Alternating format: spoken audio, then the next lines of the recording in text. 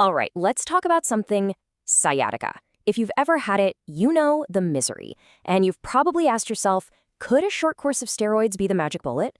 Well, today, we're going to get right into that. Is it actually the right move for you? And look, let's just start by calling it what it is. This pain, it's not just a little ache, it's intense. I love how the source material describes it. A nerve throwing a full-blown tantrum down your leg. That's exactly what it feels like. When you're in that much pain, you're desperately looking for any kind of relief, right? It's like searching for a rope ladder in a burning building. So that brings us to the big question. Is that steroid taper the rope ladder you're looking for, or is it actually a trapdoor? Is this really the help you need, or could it come with some hidden risks that might even make things worse? That's what we need to figure out. And don't worry, we're going to tackle this together with a really clear plan. We'll look at what steroids can actually do and what they can't. We'll talk about the do not use list, the absolute deal breakers. Then, for those who might be a good fit, we'll cover how to do it safely, what mistakes to avoid, and then wrap it all up with a simple framework to help you make a smart decision. All right, let's dive right into section 1. First things first, we've got to be realistic about what steroids can and can't do here. This isn't a magic pill, and understanding that right from the start is maybe the most important step. Okay, so first up, we need to make sure we're even talking about the right thing. There's a huge difference between true sciatica, that sharp electric down the leg nerve pain, and just general low back pain. You know, that dull ache that's mostly in your back or butt. Steroids are really only on the table for that first kind, the nerve pain. If it's the second kind, honestly, they're usually a big letdown. And this difference? It's everything, because it totally changes the risk versus reward calculation. And this really gets to the heart of it. A steroid taper is not a cure. Let's just say that again. It is not a cure. It's not going to magically shrink a herniated disc or fix your bad posture. So what can it do? Well, think of it as creating a window of opportunity. It can tamp down the inflammation just enough to give you a break, a chance to get some sleep, a chance to start some gentle movement. And those two things, they're absolutely key to actual healing. And you know, the science actually backs this idea up. A big study in JAMA found that, yeah, steroids gave people a little bit of improvement in their ability to function, but when it came to their actual pain levels, there wasn't a meaningful difference compared to a sugar pill. Now, that's not to say they never help with pain, but it's a good reminder that the results are often pretty modest, not some miracle cure. And that's exactly why we have to take the risk so seriously. Okay, that brings us to section 2. And this part is crucial.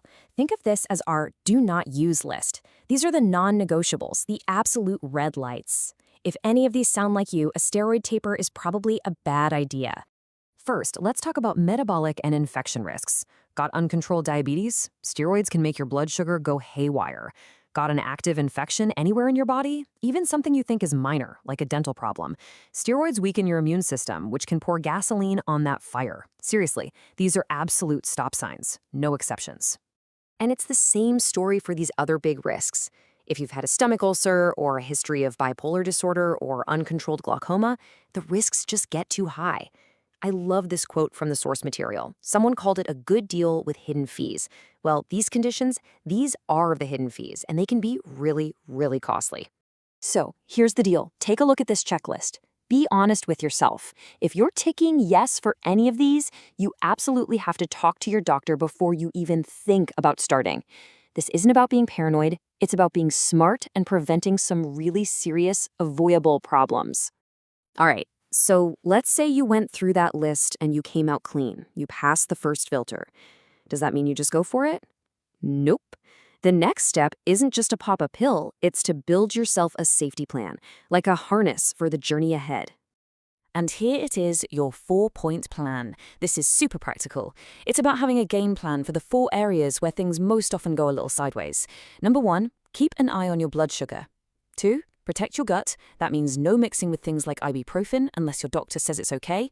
3, watch your sleep and your mood. And 4, monitor your blood pressure. It's all about being proactive, not reactive. And that point about mood, this quote is a perfect illustration. Someone said the taper made them productively angry, and they cleaned their whole garage at midnight. You know, on the surface, that might sound great, but that kind of wired, sped-up feeling can be a red flag that things are getting a little off kilter.